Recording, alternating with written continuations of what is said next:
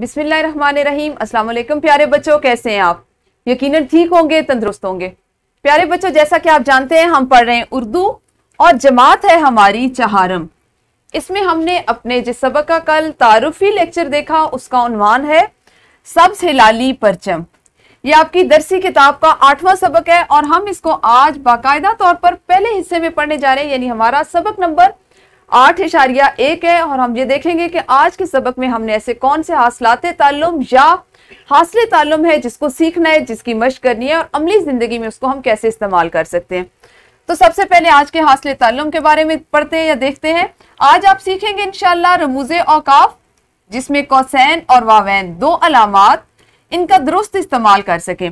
आप इन दो अलामात के मुतालिक सीखेंगे क्या इनकी पहचान होती है, क्या इनकी शक्ल होती है, कहाँ पर ये इस्तेमाल की जाती हैं, किस किस मौके पर इस्तेमाल की जाती हैं और हम अगर इनको इस्तेमाल ना करें तो हमारे जुमले पे इसका क्या असर पड़ता है। ये तमाम चीजें आप आने वाले लेक्चर में सीखेंगे। सबसे पहले सबक के इस्लामी नुक्ते नजर पर बात कर लेते हैं। सूरतुल इसरा की आयत नंबर 53 है, जिसका तर्जुमा आपके सामने है। मेरे बंदों से कह दीजिए कि वो हमेशा अपने मुंह से अच्छी बात करें। क्यों? क्योंकि जो बात आप करते हैं हो सकता है कि वो लम्हा कबूलियत का हो, वक्त कबूलियत का हो। आपके मुंह से निकलने वाले अल्फाज, आपके मुंह से अदा होने वाले जुमले उस वक्त उनको कबूलियत का दर्जा हासिल हो, तो कोशिश किया करें कि अच्छी बात किया करें, अच्छे अल्फाज अदा किया करें। सबसे पहले आप जानते हैं हम अपने गुज़श्ता हासिलाते ताल्लुम की दोहराई करते हैं, जो हम मुख्तलिफ हासिलाते ताल्लुम की सरगर्मियों और सवालात के जरिए करते हैं। आपने चूंकि पिछले सबक में पढ़ा हरूफ जार और हरूफ अतफ के हरूफ जार कौन से हरूफ होते हैं और हरूफ अतफ कौन से हरूफ को हम कहा जाता है, कहाँ इस्तेमाल किया जाता है, उसी को दोबारा से जहन में लाइए और बताइए अपनी मौलिमा को कि हरूफ जार और हरूफ अतफ की पहचान क्या होती है। और कम अज कम हर बच्चा जिस हर्फ का बताए, अगर एक बच्चा हर्फ जार के बारे में बता रहा है तो उसकी एक मिसाल भी दे, और अगर हरूफ अतफ के बारे में आप बात कर रहे हैं तो उसको मिसाल से वाज़े कीजिए। तो वीडियो को रोकिए और जल्दी से दोहराई कीजिए। जी, दोहराई के बाद हम देखते हैं कि हमारे करने के काम या आज जो हम चीज सीखने जा रहे हैं उसको हम किस तरह से सीखेंगे। आपके लिए चंद जुमले लिखे गए हैं जो मैं आपको पढ़ के बताती हूँ ताकि आपको कुछ अंदाजा हो सके। सबसे पहले है, कायदे आज़म ने कहा काम काम काम। डॉक्टर ने मरीज से कहा परहेज करो ताकि जल्द सेहतयाब हो सको। बांगे दरा अज अलामा मोहम्मद इकबाल उर्दू शायरी की बहुत बेहतरीन किताब है। आतिफ का छोटा भाई जो कंप्यूटर का माहिर है मेरे छोटे भाई का दोस्त है। जी, अब आप मुझे बताइए कि तमाम जुमले जो मैंने आपके सामने पढ़े, आपने सुना और आपने मेरे साथ साथ इनको खुद से भी पढ़ा, क्या आपको इन जुमलों को पढ़ने में किसी तरह की कोई दिक्कत, कोई मुश्किल, कोई दुश्वारी महसूस हुई? नहीं हुई, शाबाश। अब हम देखते हैं कि अगर हमें जुमले पढ़ने में किसी भी तरह की कोई दुश्वारी महसूस ना हो रही हो, मुश्किल पेश ना आ रही हो, तो लिखने से उसका क्या ताल्लुक होता है, हम उसको लिखने में के अंदाज में किस तरह से पेश कर सकते हैं। तो आज हम दो रमूज़े औकाफ यानी दो अलामात सीखेंगे। कौन कौन सी? एक वावैन और दूसरी कौसैन। ये रमूज़े औकाफ की वो दो अलामात हैं जिनको आज आप सीखने जा रहे हैं। एक का नाम वावैन है और दूसरी का कौसैन। ठीक है, हमारे आज के सबक का मतन कुछ इस तरह से है कि रमूज़े औकाफ यानी मुख्तलिफ अलामात जो हम अपने लिखने के दौरान में और कुछ अलामात पढ़ने के दौरान में या बोलने के दौरान में भी इस्तेमाल करते हैं, उनकी क्या जरूरत होती है, क्या उनकी अहमियत है। रमूज़े औकाफ पढ़ने के अमल को आसान और रवां बना देते हैं। इसके बाद मुसलसल पढ़ते जाने से नजर और जुबान दोनों थक जाते हैं, इसलिए ठहर ठहर कर पढ़ना चाहिए। और ठहर ठहर कर पढ़ने के लिए क्या जरूरी है? रमूज़े औकाफ का लगाना। ठीक है, रमूज़े औकाफ हमें बताते हैं कि हमने कब और कहां रुकना है और कितनी देर रुकना है।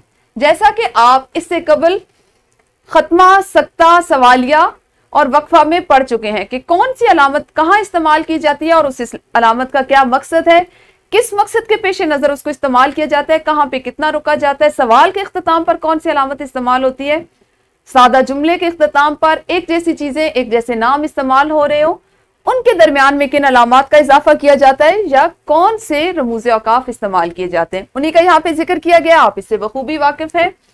रमूज़े औकाफ हमें बताते हैं कि हमने जुमले के किस हिस्से को दूसरे से अलग करके पढ़ना है। अब ये वो खास बात है, ये वो खास नुक्ता है जिसको हम आज सीखने जा रहे हैं और यही हमारा आज करने का काम होगा। सबसे पहली अलामत जो आज आप सीखेंगे वो है वावैन। क्या उसका नाम है? वावैन। शाबाश, उसका नाम है वावैन। और ये रमूज़े औकाफ में से दीगर पढ़ाई जानने वाली अलामतों के बाद एक और अलामत है।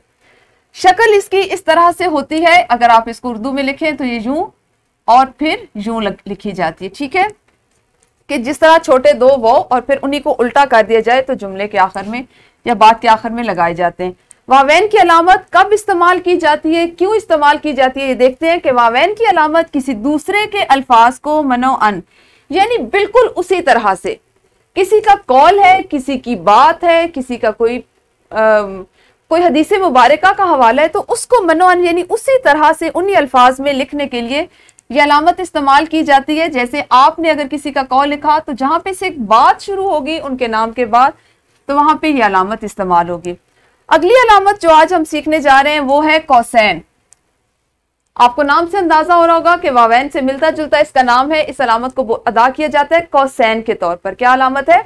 कौसैन। और ये इसकी शक्ल होती है, यानी दो इस तरह की लकीरें जो जुमले के दरमियान में या अल्फाज या लफ्ज के इर्द गिर्द लगाई जाती हैं। और क्यों लगाई जाती है वो हम देखते हैं।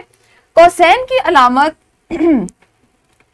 किसी गैर अहम बात या ऐसी बात जिसका बराह रास्त बात से ताल्लुक ना हो, मतलब वो उसकी जरूरत ना हो, लेकिन हम उसको क्यों उस जुमले में इस्तेमाल करें कि मजीद वजाहत हो जाए, वो उस जुमले का आप उसको कहिए कि बराह रास्त हिस्सा ना हो, उस वक्त इस्तेमाल की जाती है। महज वजाहत के लिए हम इस्तेमाल करते हैं और इस बात को जाहिर करने के लिए, जुमले के उस हिस्से को जाहिर करने के लिए, खा वो जुमले में चंद अल्फाज की सूरत में या एक लफ्ज की सूरत में, उसके इर्द गिर्द हम कौसैन की अलामत को इस्तेमाल करते हैं, जिसका मकसद हमेशा ये होता है कि आप जो बात करें उसकी वजाहत हो जाए। और अगर आप कौसैन में दिए गए लफ्ज या अल्फाज को हटा दें, अलग कर दें, तो भी आपके जुमले पर, उसकी बनावट पर, उसके मानी और मफहूम पर किसी तरह का कोई फर्क ना पड़े। मजीद इसको हम सीखते हैं चंद जुमलों की मदद से। जुमले आपको मैंने अभी इब्तदा में पहले से बताए थे। अगर आप उन जुमलों को पढ़ेंगे, मेरे मुंह से सुनेंगे, तो आपको बिल्कुल अजीब नहीं लगे, क्योंकि बात पढ़ने और सुनने की हो रही है। लेकिन अगर आप उन जुमलों को लिखेंगे तो वो जुमले आपके कवायद की रूह से, जुबान शनासी की रूह से गलत तस्वर किए जाएंगे। जैसे कायद आजम ने कहा, काम काम काम। अब जहां भी हम किसी का कौल नकल करते हैं तो उसको उनके अल्फाज में लिखा जाता है, जैसा कि मैंने आपको बताया, और उसके साथ हम वावैन की अलामत इस्तेमाल करते हैं। जहां पे वावैन की अलामत इस्तेमाल हो, उसका ये मतलब होता है कि ये अल्फाज उन्हीं के हैं, इसी तरह से अदा किए गए और इसमें किसी तरह की कोई तब्दीली नहीं की गई। यही फर्क होता है एक आम शख्स की बात में और किसी खास शख्स की बात में, ठीक है। उसके बाद डॉक्टर ने मरीज से कहा, परहेज करो ताकि जल्द सेहतयाब हो सको। अब यहाँ पे डॉक्टर का जिक्र है जिसने अपने मरीज से बात की। लिखने में डॉक्टर की बात के इर्द गिर्द या उसके दोनों अतराफ में जहां से उसकी बात शुरू हो रही है, वावैन की अलामत लगाना बहुत जरूरी है, क्योंकि यही जाहिर करेगी कि डॉक्टर ने क्या बात की और क्या उसका मकसद था। अगले जुमले में हमारे पास बांगे दरा अस अलामा मोहम्मद इकबाल। अगर आप देख रहे हैं तो आपको नजर आ रहा होगा कि इसके साथ कौसैन की अलामत लगाई गई है, जिसका मकसद यह है कि आपको ये बात समझाई जा सके कि बांगे दरा जो है वो अलामा मोहम्मद इकबाल की लिखी हुई किताब का नाम है। लेकिन अगर आप इस पूरे कौसैन की अलामत में दिए गए लफ्ज को या इस नाम को हटा भी दें तो आपके जुमले पे किसी तरह से कोई फर्क नहीं आएगा। जुमला वही रहेगा कि बांगे दरा उर्दू शायरी की बेहतरीन किताब है। जुमला असल में यही है कि बांगे दरा उर्दू शायरी की बेहतरीन किताब है। वजाहत के लिए, आपको समझाने के लिए इसमें जो इजाफा किया गया वो था अस अलामा मोहम्मद इकबाल। अगर आप देख लें इसको, इसके साथ पढ़ेंगे तो आपको वजाहत होगी कि बांगे दरा किसकी लिखी हुई किताब है। अगर आप इसको बीच में से निकाल देंगे, खत्म कर देंगे, तो भी आपके जुमले पे कोई फर्क नहीं पड़ेगा, जुमला अपनी जगह पर उसी तरह से कायम रहेगा। इसी तरह से आतिफ का छोटा भाई मेरे छोटे भाई का दोस्त है। असल में जुमला यही है कि आतिफ का छोटा भाई मेरे छोटे भाई का दोस्त है। अब जब आपने किसी को वजाहत करनी हो, बताना हो कि कौन से वाला उसका छोटा भाई, तो यहाँ पे आतिफ के छोटे भाई की पहचान क्या है कि जो कंप्यूटर का माहिर है, यानी उसके बाकी भाइयों में से भी अगर आप किसी को समझाना चाह रहे हैं तो इसका मकसद यहाँ पे ये है कि वजाहत हो गई कि वो वाला भाई, उसका जिक्र किया जा रहा है जो कंप्यूटर का माहिर है। तो यहाँ से आपको अंदाजा हुआ होगा कि अगर हम कौसैन के दरमियान में लिखे गए लफ्ज या अल्फाज या बात का वो हिस्सा उसको हटा भी दें तो हमारे जुमलों में कोई फर्क नहीं पड़ता, लेकिन अगर हम वजाहत के लिए लिख दें तो उसके साथ कौसैन की अलामत का इस्तेमाल इंतहाई जरूरी है। ठीक है, अब हम देखते हैं कि हमने अपनी किताब में वावैन और कौसैन की अलामत को किस तरह से पेश किया है। अलामत कौसैन जैसा कि आपको दिखाई दे रहा है, ये अलामत मैंने आपको भी वजाहत के लिए इस तरह दिखा भी दी कि ये इसकी पहचान होती है, इस तरह इसको इस्तेमाल किया जाता है। ये अलामत मुख्तलिफ मौकों पर इस्तेमाल की जाती है। इसमें इबारत के इन हिस्सों को लिखा जाता है जिनमें किसी बात की वजाहत की गई हो। मुझे उम्मीद है आपको अच्छे से समझ आ चुकी होगी, क्योंकि जुमलों में वावैन और कौसैन की अलामत को इस्तेमाल करके आपको बताया गया। जैसे हर कौम अपने परचम जो इनकी शनाख्त होता है का एहतराम करती है। अगर आप अपने जुमले को सिर्फ यहाँ से यहाँ तक पढ़ें तो जुमला कुछ यूं बनेगा कि हर कौम अपने परचम का एहतराम करती है। बिल्कुल दुरुस्त जुमला है, कवायद व इंशा की रूह से, ज़बान शनासी की रूह से हमारा मुकम्मल जुमला है, बात हम समझा सकते हैं। अगर आप किसी को मजीद वजाहत करना चाहते हो तो आप इसमें लिखेंगे कि जो इनकी शनाख्त होता है, यानी परचम किसी भी कौम की शनाख्त है। इसी तरह से चांद और सितारा जो सब्ज रंग के दरमियान मौजूद है, तरक्की और रोशनी की अलामत है। अगर आप जुमले के इस हिस्से को इसके साथ बगैर अलामत के पढ़ें तो ये है चांद और सितारा तरक्की और रोशनी की अलामत है।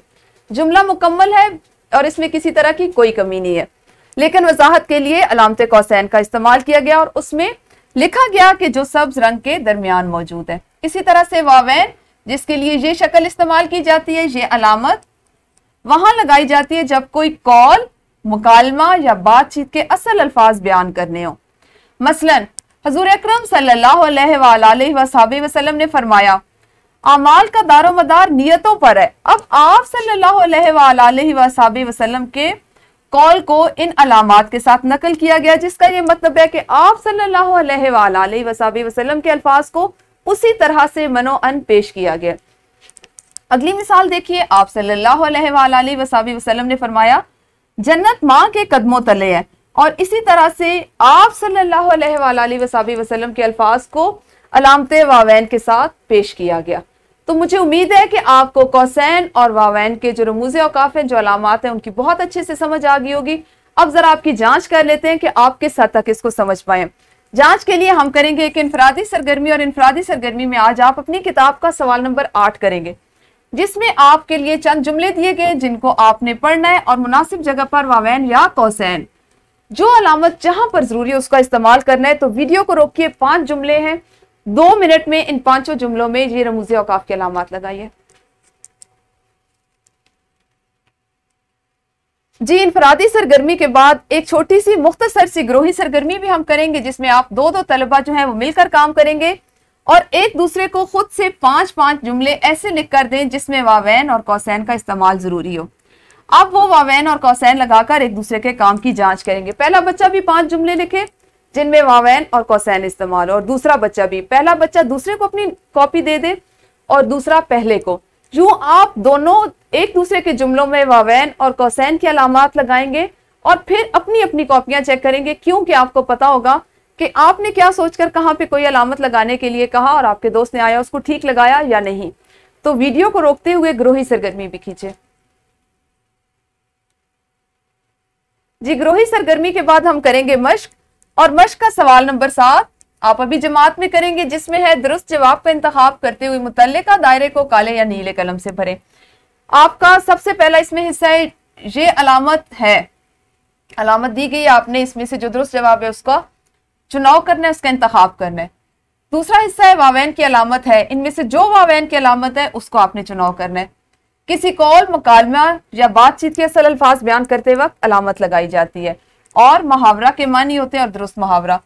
ये गो कि आपके सबक का हिस्सा नहीं, लेकिन आप इसको अभी कर सकते हैं क्योंकि आप इसे सीख चुके हैं। ठीक है, उसके बाद एक वर्कशीट है जो आपके घर के काम का हिस्सा है, यानी इस वर्कशीट को ही आपने अपने घर से करके लाना है। ये आपका आज का घर का काम होगा।